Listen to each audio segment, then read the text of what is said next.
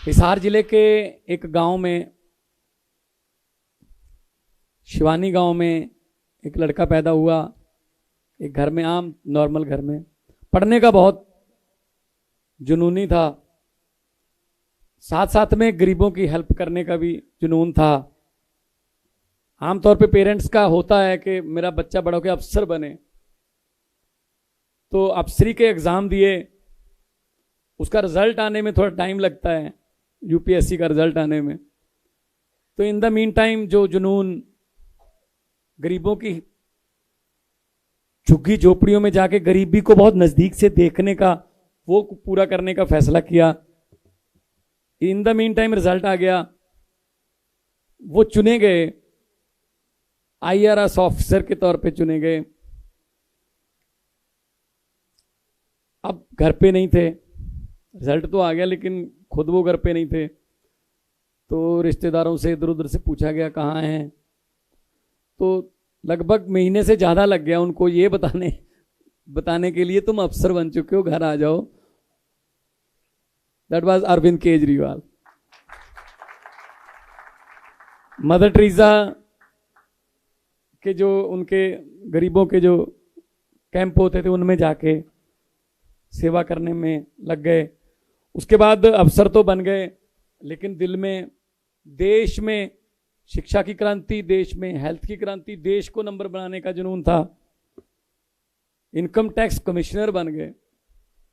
Income tax office का पीएनवी जो है वो भी मतलब बड़ी पोजीशन माना जाता है, बहुत बड़ी पोजीशन माना जाता है, जहाँ इनकम टैक्स के कुछ अफसर भी बैठे होंगे। लेकिन उन्होंने क्या किया, इनकम टैक्स ऑफिस में से इस्तीफा देकर उसी ऑफिस के सामने कुर्सी लगा के सिविल मार्शल बन के बैठ गए। जो भी आता था उनको बोलता कोई पैसे मांगे मुझे बताना। कम से कम एक ऑफिस का तो चौकीदार बन गए ना वो, क्योंकि सारे सब पता था रूल उनको, तो अंदर बैठे वालों को भी पता था बाहर जाके बताएगा ये। तब से शुरू हो गया एक क्रांति का बीज, एक शुरू हो गया। फिर एक एनजीओ बनाई। मुझे कई बार बताया, ये जोड़ी बैठी है जो, कि दोनों एक ही गाड़ी में जाते थे। एक बार गाड़ी पलट भी गई थी, कहीं जा रहे थे कहीं किसी एनजीओ के काम से। उसके बाद एंटी करप्शन जो इन्होंने इंडिया अगेंस्ट करप्शन का मिशन शुरू किया, मनीष जी की ड्यूटी लगी, डिसीजन लेते गए। एक बात मैं भी अपने एक्सपीरियंस से कह सकता हूं कि जब भी कोई नई चीज करता है कोई आदमी, पहले उसका विरोध होता है। दुनिया की सबसे पहली रेलगाड़ी और सबसे पहले जहाज का विरोध हुआ था कि ऐसे हवा में कैसे उड़ जाएंगे, ऐसे लोहे की पटरी पर कैसे चले जाएंगे। पहले विरोध होता है, फिर एक्सेप्ट करते हैं, फिर जेलसी करने लगते हैं, उसका विरोध करने लगते हैं, फिर दोबारा। यही हो रहा है। पहले विरोध हुआ, फिर एक्सेप्ट कर लिया, स्कूल बन गए, अब कह रहे स्कूल क्यों बना दिए। तो लेकिन ये चैलेंजेस जो हैं ये वही आदमी ले सकते हैं जिनके दिल में जुनून हो, और जिनको परमात्मा ने इतनी बुद्धि, इतना बल बख्शा हो कि किसी के जीवन में कोई चेंज ला सके। भाई, आज के ज़माने में भाई का कत्ल कर रहा है, पैसे की दुनिया हो गई, लंबी दौड़ है, मंजिल कोई नहीं है, जिधर पड़ोसी भाग रहा है उधर ही हम भाग रहे हैं। मेरा एक शेर है, वो आदमी बहुत दुखी है जिसका पड़ोसी सुखी है। हम अपने दुखों से उतना दुखी नहीं जितना उसके सुखों से होते हैं। तो हम ये नहीं सोचते अगर पड़ोसी कार ले ले कि हम भी मेहनत करके इससे बड़ी कार लेंगे। हम ये सोचते कोई बात नहीं, हॉर्न मार के जाता है, किसी न किसी दिन स्क्रैच पा देंगे इसकी कार पे, स्क्रैच डाल भी देते हैं हम, हमारे कला है। लेकिन तरक्की तब होगी जब दोनों पड़ोसी कारों वाले हो जाएंगे। दूसरे की कार खराब नहीं करनी, अपनी कार बड़ी करनी है। तो एक टीचर का बेटा हूं मैं भी। पिताजी मेरे MA BSc BEd science master थे। उन लगभग जहाँ जहाँ उन्होंने पढ़ाया, मैं भी गांव के आसपास ही रहती थी ड्यूटी, मैं भी उन्हीं स्कूलों में पढ़ा हूँ। तो टीचर का दर्द भी मुझे पता है। आपने तो सर वो दर्द पे बहुत अच्छी मरहम लगा दिया है, अभी हमें लगानी है। आपने तो कर दिया ये काम कि टीचर जो है दिल्ली का, वो टीचिंग के सिवा और कोई काम नहीं करेगा। हमारे यहाँ उल्टा है, टीचिंग के सिवा बाकी सारी काम टीचरों से लेते हैं सर। मतगणना करवानी है, वोट डलवाने हैं। अभी तो कोरोना के समय उनको मतलब बॉर्डर पे भी ड्यूटी लगा देती है हरियाणा वाले पे कि आपने चेक करना है कौन कोरोना वाला आ रहा है। मतलब हर बात पे टीचर, हम भी यही करने वाले हैं अभी पंजाब में कि टीचर जो है पंजाब के, वो टीचिंग के अलावा और कोई काम नहीं करेंगे, सिर्फ टीचिंग। अभी सेंसस आ रहा है देश का, तो हमारे पास एक लेटर आया था कि 68,000 टीचर चाहिए। हमने कहा जी हम स्कूलों में कौन भेजेंगे फिर? तो कहते फिर हम काम कैसे करेंगे? हमने कहा जी MA BSc M.Tech बहुत से लड़के लड़कियां आपको दे देंगे, 2 महीने ट्रेनिंग देके उनसे 4 महीने काम कराओ, उनका भी रेज्यूमे बनेगा कि हमने दुनिया की सबसे बड़ी डेमोक्रेसी में, हमने सेंसस में, जनगणना में हिस्सा लिया हुआ है, तो काम भी मिलेगा उनको। लेकिन स्कूल खाली नहीं करेंगे हम इस बात के लिए कि टीचर को कोई और काम मिल रहा है। तो इस क्रांति के लिए मैं श्रेय देता हूं अरविंद जी को, जिन्होंने, क्योंकि हमारे पूर्व राष्ट्रपति अब्दुल कलाम जी ने कहा कि सपने वो नहीं होते जो नींद में आते हैं, सपने वो होते हैं जो आपको सोने नहीं देते। तो देश को नंबर 1 बनाने का सपना, शिक्षा में नंबर 1 बनाने का सपना, हेल्थ में नंबर 1 बनाने का सपना, इंफ्रास्ट्रक्चर में नंबर 1 बनाने का सपना, जो देश को, वो अरविंद जी को और उनकी टीम को सोने नहीं देते। क्योंकि बहुत लेट हैं, 70 साल लेट हैं। सिंगापुर बाद में याद हुआ था, वहाँ से ट्रेनिंग लेके आ रहे हैं।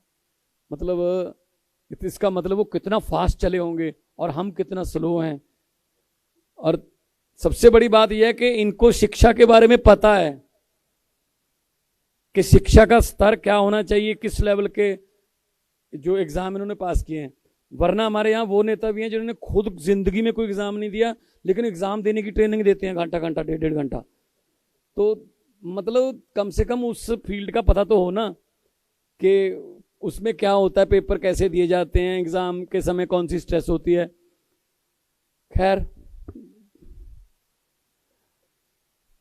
उसैन बोल्ट का नाम सुना होगा आपने, बड़ी अच्छी एग्जाम्पल है। बहुत तेज धावक था, बहुत तेज दौड़ाक था, दुनिया में रिकॉर्ड तोड़े उसने।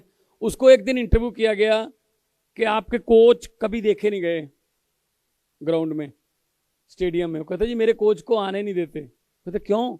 कहते पता नहीं क्यों, मेरे कोच का वो नहीं बनाते आई कार्ड, तो कोच आ ही नहीं सकते। कहते ऐसा क्यों? इतने तू तो वर्ल्ड रिकॉर्ड होल्डर हो, 100 मीटर में, 200 में, 400 में, आपके कोच को क्यों नहीं आने देते? कहते पता नहीं क्यों नहीं आने देते कोच को मेरे को। कहते क्या नाम है कोच का? नाम बताइए, हम एफर्ट करते हैं। ये तो बहुत ही बड़ी मिस्टेक है इंडियन इंटरनेशनल ओलंपिक एसोसिएशन की। उसने कहा जी जमैका में पला हूँ, गाँव में जंगल था, तो मजबूरी में शिकार करके लाते थे खाना खाने के लिए, तो चीते पीछे पड़ जाते थे, चीते से बचने के लिए भागते थे। अगर एक स्टेप इधर उधर हो गया, चीता बिल्कुल पास ही आ रहा है। जिनके चीते कोच हों उनको कोई हरा सकता है? उनको कोई हरा सकता है जिसकी कोचिंग चीते ने दी हो, जिसको मजबूरी में चीते से बचने के लिए भागना है। और पेड़ भी हैं, सब कुछ है, उनको सबको हर्डल्स को पार करना है, तब बच जाओगे। जिंदगी के लिए भागना है। तो मैं भी ऐसे उम्मीद करता हूं कि हमारे जो टीचर्स हैं वो एक ऐसे कोच हों कि वो बच्चों को, मतलब उसैन बोल्ट भी बनाए हैं, वो बच्चों को, उनमें से कल्पना चावला भी निकले, उनमें से बड़े बड़े साइंटिस्ट, बड़े बड़े डॉक्टर, बड़े बड़े प्लेयर निकले आपके पढ़ाए हुए। और सबसे बड़ी बात यह है, आज मैं अरविंद जी का चेहरा देख रहा हूँ, बहुत खुश नजर आ रहे हैं। ऐसी लाली इनके चेहरे पर तभी आती है कि जब उनका कोई काम हो गया हो, कि मैं दिल से ये चाहता था ये काम हो गया। क्योंकि जब भी कोई पेड़ छांव देने लगता है, छाया देने लगता है, या कोई पेड़ फल, या कोई पौधा फूल देने लगता है, सबसे ज्यादा खुशी उसके माली को होती है जिसने वो सींचा होता है। तो आज एक माली के सामने उनके लगाए हुए कितने पेड़ जो हैं वो फल, छांव और फूल जो हैं रंग बिरंगे खिल रहे हैं। तो सर थैंक्स ए लॉट कि आपने हमें ये मौका दिया कि आपने लेट शुरू किया था 15 में, लेकिन आपने हमें जल्दी शुरू करने का अवसर दिया। और आपने तो ये भी वहाँ मोहल्ला क्लिनिक का जब करने आए थे 27 जनवरी को, तो आपने कहा था कि हमने तो पहले 100 ही बहुत मुश्किल से बनाए थे, लेकिन हमने 5-6 महीने में 500 मोहल्ला क्लिनिक हमने जो है बना रखे हैं। तो क्योंकि यहाँ की जो डिफ़िकल्टीज थी वो पंजाब में नहीं आएंगी, क्योंकि इनके पास एक्सपीरियंस है कि ऐसा करोगे तो ऐसा हुआ था दिल्ली में, इसलिए हम सीधा वहीं से शुरू करें जैसा ठीक हो गया था। और एक कहावत है, पंजाबी में है, मैं हिंदी में बोल देता हूँ, वही सेम ही है कि एक्सपीरियंस, जैसे अभी बात कर रहे थे कि हमने इनसे सीखा, उन्होंने सिंगापुर से सीखा, पहले सिंगापुर से सीखा, अब उनसे भी सीख रहे हैं। एक्सपीरियंस वो कंगा है, एक्सपीरियंस वो कंगा है जो आदमी को तब मिलता है जब आदमी गंजा हो जाता है। इसलिए सबसे अच्छी बात यह है, कंगा अपने हाथ में तब ले लो जब आपके सर पे बाल हों, दूसरों का एक्सपीरियंस यूज कर लो, दूसरों का एक्सपीरियंस इस्तेमाल करके कंगा जल्दी मिल सकता है आपको, जैसा कि आप आज कर रहे हो, एक दूसरे का एक्सपीरियंस जो है वो शेयर कर रहे हो। नॉलेज शेयरिंग में दिल्ली और पंजाब का हमारा एग्रीमेंट हुआ था, वो यही था, जैसा कि बताया गया कि ऐसे एक्सचेंज प्रोग्राम जो है चलने चाहिए, वोकेशनल ट्रिप्स होने चाहिए, छुट्टियों में आ जाएं, हमारे टीचर यहाँ आ जाएं, आपके वहाँ आ जाएं, और मतलब हमें रिजल्ट चाहिए। जब रिजल्ट आए तो पता चले कि हमारा मुकाबला आपस में ही है कि 99.7% आता है सर, तो हम 99.89 की तरफ जो है हमारा गोल रहेगा। तो जितने भी हमारे प्रिंसिपल्स 36 प्रिंसिपल जो सिंगापुर होके आए हैं, मुझे लगता है कि वो एक एनर्जी से भर के, एक पॉजिटिव एनर्जी से मतलब भरे हुए और जोश के साथ भरे हुए, एज पंजाबीज आर नोन जोशीले, and we are global citizens. एक ही स्टेट है सर पंजाब, जिसकी फ्रेंचाइज हैं। वैनकूवर में भी एक पंजाब है, टोरंटो में एक पंजाब है, एडमिंटन कैलगरी में पंजाब है, सैन फ्रांसिस्को में पंजाब है, न्यूयॉर्क में पंजाब है, मेलबर्न में पंजाब है, सिडनी में पंजाब है, सिंगापुर में भी गुरुद्वारा साहब देखा होगा पंजाब है। तो हम तो जहाँ जाते हैं वहाँ अपना छाप छोड़ते हैं। तो इसलिए पंजाबीज जो हैं वो अपनी हॉस्पिटैलिटी के लिए और हार्ड वर्किंग के लिए भी जाने जाते हैं। मुझे उम्मीद है कि ये जो 36 हमारे टीचर गए हैं, इनको कई गुना से मल्टीप्लाई करेंगे अपने बच्चों को सिखाने में, और फ्यूचर में और भी अच्छे ट्रेनिंग जो ट्रिप्स हैं, जहाँ भी हमें अच्छा मिलेगा सीखने के लिए, जैसे आपने कहा है कि टीचिंग की बजाय लर्निंग, तो सीखने के लिए कहीं भी जा सकते हैं। तो मैं यही कहूँगा कि ये देश जो है ये रंग बिरंगे फूलों का देश है। गुलदस्ता कभी भी एक रंग का नहीं होता। अगर एक रंग के फूल हैं, गुलदस्ते को 2 दिन से ज़्यादा आप देख नहीं पाओगे। उसको देखते ही इसलिए क्योंकि उसके रंग बिरंगे फूल हैं, हर फूल का अपना रंग है। लंबे सफ़र को मीलों में मत बांटिए, कौम को कबीलों में मत बांटिए, एक बहता दरिया है मेरा भारत देश, इसको नदियों और झीलों में मत बांटिए। इस देश को नंबर 1 बनाना है, जो सपना है अरविंद जी का और हमारा सबका सपना है, हम उनके सिपाही हैं। और जहाँ जहाँ ड्यूटी लगेगी, जिस मोर्चे पर भी ड्यूटी लगेगी, हम काम करते रहेंगे। हम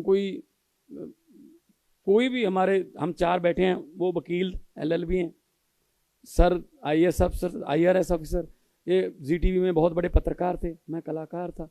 हमें क्या ज़रूरत पड़ गई थी इधर आने की, लेकिन दिल में एक जुनून था कि दुनिया में आते हैं लोग, चले जाते हैं, लेकिन कुछ ना कुछ करके जाएं देश के लिए, किसी की ज़िंदगी बदल दें, तो इससे बड़ा पुण्य कोई नहीं होगा। तो आपके पास तो बहुत मौका है। You are known as nation builder, कौम के निर्माता के तौर पे आपको माना जाता है।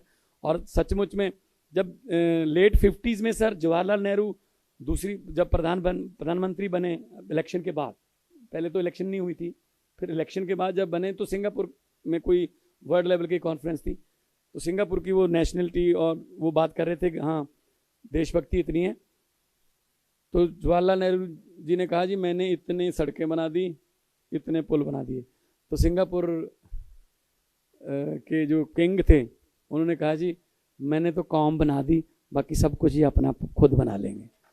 सो आप बच्चों को इतना टैलेंटेड कर दो कि वो अपने सब कुछ अपने आप कर लेंगे, उनको कोई बेरोजगार या रोजगार दफ्तर में नाम लिखाने की जरूरत नहीं पड़ेगी। बहुत बहुत धन्यवाद, बहुत बहुत मुबारकबाद, बहुत बहुत मेहरबानी, और hope for the long association with Delhi teachers mentors. तो मिलते रहेंगे। लोगों को अक्सर कहते सुना है, जिंदा रहे तो फिर मिलेंगे, लेकिन इस दिल ने कहा है मिलते रहे तो जिंदा रहेंगे। Thank you.